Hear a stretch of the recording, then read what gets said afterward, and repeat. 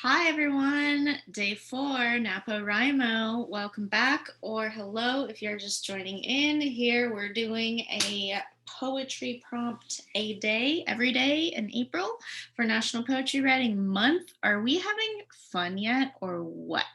I'm having fun. I'm enjoying these videos. It feels like I get to do some teaching and sharing even if I'm not in the same time as you. We can be in the same space together. So welcome to this creative space. It's so interesting. I've so many thoughts about these poems that I'm sharing, and by the way I'm choosing these prompts are in no particular order. I am just letting the inspiration come to me, and I'll be honest, recording them not a whole lot of time ahead of when I'm releasing them. So this is for me sort of a daily thing as well. And I just wanted to say that I choose poems that resonate with me. By that I mean poems that have lines or tones or feelings or sentiments that have not left me. This poem that I'm going to share today, I'll definitely say what it is about that one. But Mary Oliver, who was the poet I shared on day 1, talks about writing memorably.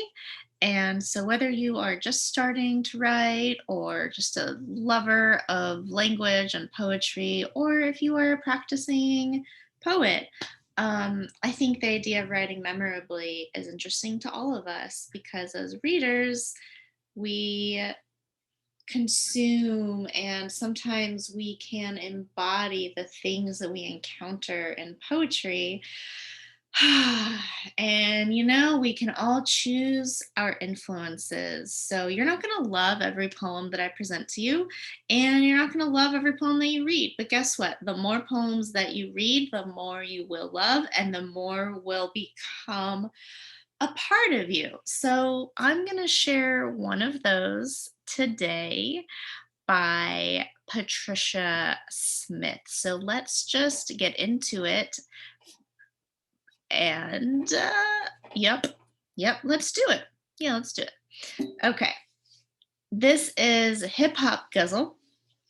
So if you don't know what a ghazal is, it is an Arabic form of poetry from the 7th century. So this is a non-Western form that has been adopted by a lot of Western writers in modern contemporary times. Anyway, check out the form history if you want. This is Hip Hop Ghazal by Patricia Smith.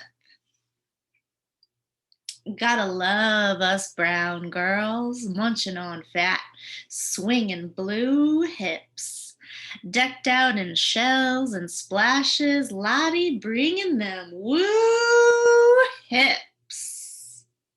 As the jukebox teases, watch my sister's throat the heartbreak, inhaling bassline, cracking backbone, and singing through hips.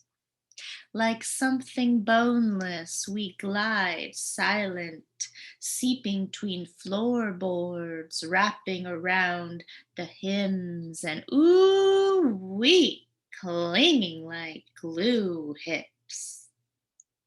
Engines grinding, rotating, smoking, gotta pull back some.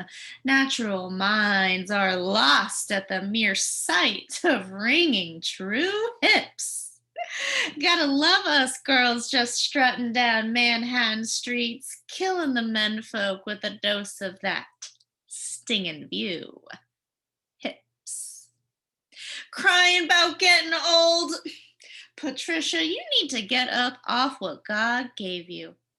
Say a prayer and start slinging. Cue hips. Oh, it's so fun. It's so good. I love it. I can't wait to talk a little bit more about Patricia Smith at the end of this video. But I hope you enjoyed that. And what I do want you to know, if in case you don't stay till the end of the video, is that Patricia Smith is an amazing performer, like an award-winning slam champion performer. And I have a fun time reading that poem, but you want to check out her performances on your own. Highly recommend that. So let's go ahead and get into the prompt. Um, so I'm going to give you two options today, by the way.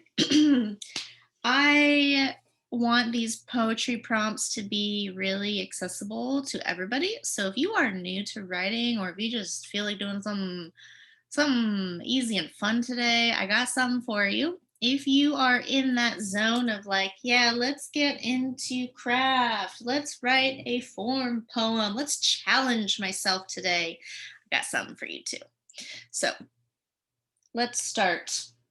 And I'm going to read the mantra, and I'm going to tell you why I read the mantra every single day is because every single day you show up differently to your writing. You show up where you are today, and today is different than yesterday. And so for today, I'd love for you to remember in your own mind, I am here and present with my experiences. I am grounded and open. I have unlimited access to the infinite flow of creativity always around me. Whatever happens on these pages today is what's meant to happen, and I'm not judging myself or my writing. I'm just writing. I have everything I need to begin already inside of me. Settling in, and I'm ready to write. Okay, let's have some fun with it. This poem is one that sort of pumps me up.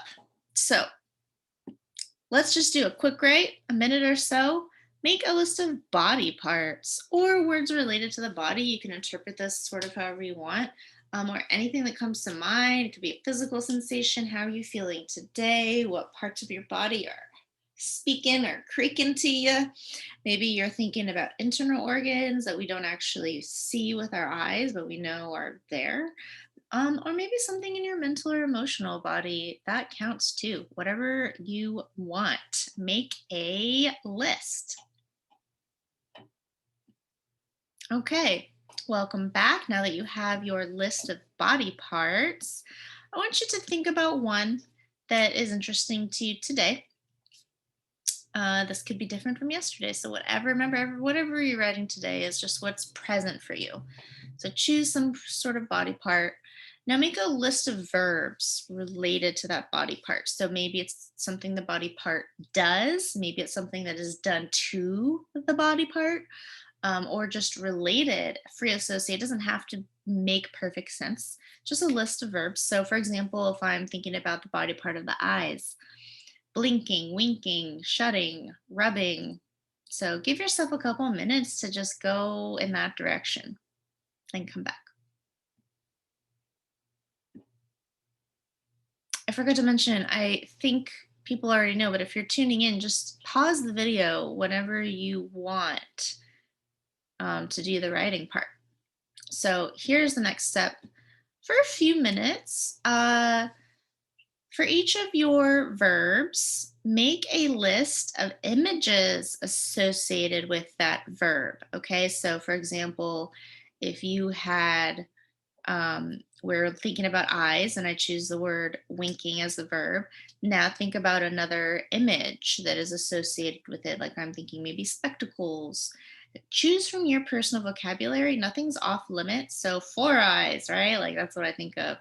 And then if you come up with any other verbs, squinting. So this is kind of a back and forth, like verb, image, whatever comes to mind. If you end up going off topic of your body part, just follow it. See what comes out right now. Kind of just follow that train of thought. Get some images on your page that you can work with. So see you back when you're ready. Okay, welcome back. Here is the poetry prompt, two options actually. So the general idea, thinking about Patricia Smith's hips and her woo hips. That's the line, by the way, that is imprinted upon my memory, and not just, but probably partly because my last name is Woo, but woo hips. um, so write a poem to or about whatever body part you're thinking of, and then pull from your verbs and your images that you brainstormed on your paper to create as much of this sort of multi-sensory experience as you can. So you can let the poem move scenes, you can let the poem bring in memories, you can let the poem, but do whatever it wants. But just try and keep it grounded in verbs and images as your base for the rest of the poem to, you know, come from. And you're probably going to be thinking as you're writing about what your relationship is to this body part: good, bad, love, hate, mixed feelings, different every day. Did you have specific experiences with this body part? Go wherever it takes you. And for anyone feeling extra spicy, I have a template for a Ghazal if you want to try it out. And I'll give you a quick rundown of what a Ghazal is. And so if you want to do the first part without the form, go ahead and stop the video now. If you want to um, learn about a Ghazal, here we go again. So this is another thing you can do. Okay, so the template for a Ghazal is in couplets, which means each stanza has 2 lines. And the important thing to know about these couplets is that they do not have to be related to each other. A ghazal is not a narrative poem, it's a lyric poem, it's an imagistic poem. So you don't have to worry about telling a story. You can take those images and verbs that you brainstorm on your paper and you can just kind of throw them in without regard to logical order necessarily. And you're going to take your body part and use that as the refrain. So at the end of every line in the template, in the first 2 lines, so if eyes was my body part, I'm just going to fill this in. I'm going to know that the first 2 lines end with eyes. And then every time I see on the template this refrain, I'm going to add my body part that I'm working with just in there already. Okay? Makes it easy to see what's going on. And then every time it says rhyme here in front of your body part, it's going to be one rhyme the whole way through. So if you think back to Patricia Smith's poem, her refrain was hips, and she had different things rhyming before hips. So Q hips, woo hips, blue hips. So that's going to be your rhyme, and it can be just as simple as that. So you could use a verb, winking eyes, blinking eyes, or whatever you want. That's mostly what you need to know. Finally, the last couplet, and there's no number of stanzas you need. You could have it be 3 stanzas, 5 stanzas, 10 stanzas. If you want, this is a fun thing to do in the ghazal, is to, in the last couplet, actually address yourself and make it a little bit meta, as if you, as the poet, know that you are writing this poem and you interrupt yourself to give yourself an announcement, like Patricia did. Oh, Patricia, get up off your what God gave you. And, so she kind of it can give it a little bit of levity. It can be heavy as well. It can be whatever tone or whatever you want, but it definitely has a self-referential quality to it. It can be really interesting. So I'm going to link this Ghazal template in the description. If you choose to go in that direction, I hope some of you try it. Some of you have been in my forms classes already, have played with the Ghazal, but you know what? I will say this, I'm a big proponent of playing with forms over and over again, because the more we write in forms, the better we write in free verse. Pro tip. So go ahead and have fun writing, and then come back and let me talk to you about Patricia Smith for just a minute. Okay, welcome back. And I want to tell you, I don't, let's see. Well, let me start over. I have this book, Blood Dazzler by Patricia Smith, that was a National Book Award finalist, and I read it when it came, like around the time when it came out, which was 2008. And it is a book about Hurricane Katrina, written in many different poems are written in persona, related to the hurricane. So from poems written as the hurricane, poems written as people in the hurricane. So it takes a very multifaceted, refractive view of Hurricane Katrina, and it is very, I would call, eco-justice. So it definitely touches upon the racial justice issues and economic justice issues, and so many things, and climate, environmentalism, um, all related because everything's intersectional, right?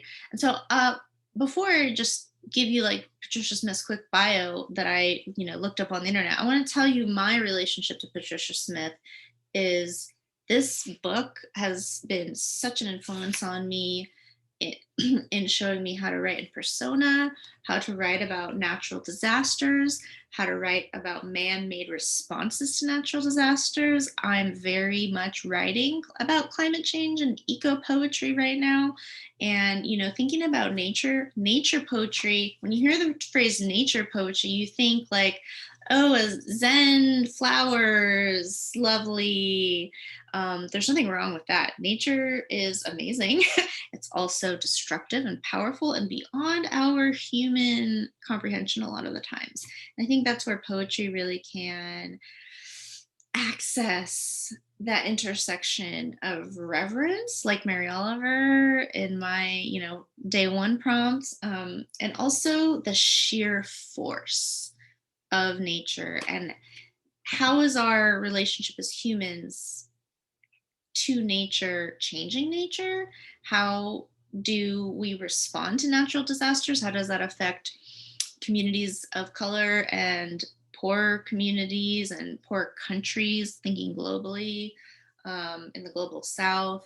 Anyway, okay, so that's what I'm thinking about. I also got to see Patricia Smith perform when I went to my first AWP conference, which is the Association of Writers and Writing Programs annual conference.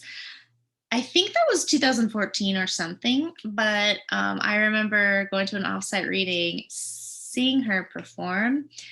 So she's a 4-time individual national slam champion.